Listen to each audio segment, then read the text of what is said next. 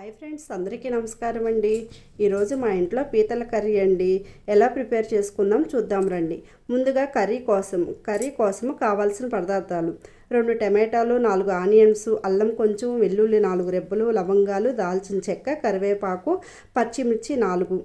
ముందుగా వీటన్నిటిని మనం పేస్ట్ వేసుకొని పక్కన పెట్టుకోవాలండి. పక్కన పెట్టేసుకున్న తర్వాత ఒక కడాయి పెట్టుకొని కడాయిలో 4-5 స్పూన్లు ఆయిల్ వేసుకొని ఆయిల్ వేడెక్కిన తర్వాత కొంచెం జీలకర్ర, మెంతులు, ఆవాలు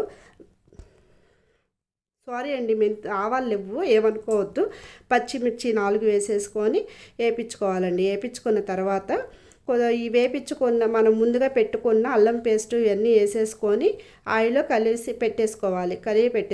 కలిపి పెట్టేసుకున్న తర్వాత కొద్దిగా ఉప్పు, పసుపు, కారం వేసేసుకోవాలండి. ఈ కర్రీ మామూలుగా మా పిల్లలిద్దరికి అసలు ఇష్టం ఉండదండి. మేమిద్దరం తింటాము కానీ వాళ్ళిద్దరూ తినరు.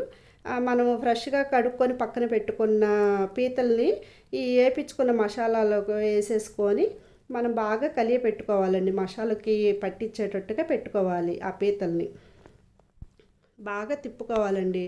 బాగా తిప్పుకున్న తర్వాత ఆ మసాలా అంతా ముక్కలకు పట్టించుకోవాలి. ఆ మసాలా ముక్కలు పట్టించుకున్న తర్వాత ఒక 10-15 నిమిషాలు మళ్ళీ మూత పెట్టేసేసుకొని పొయ్యి సిమ్లో పెట్టుకొని ఉంచుకుందామండి.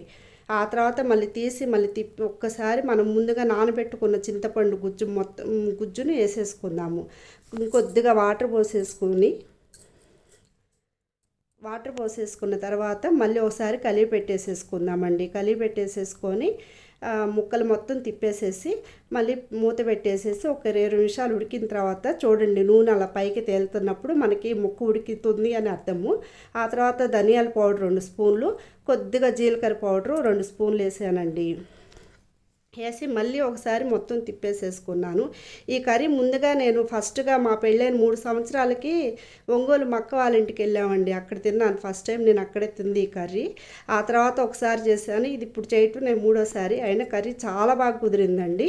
లాస్ట్కి దించేటప్పుడు కొత్తిమీర వేసేసుకొని వేడి అన్నంలో పెట్టుకొని సేవ్ చేసుకుంటే చాలా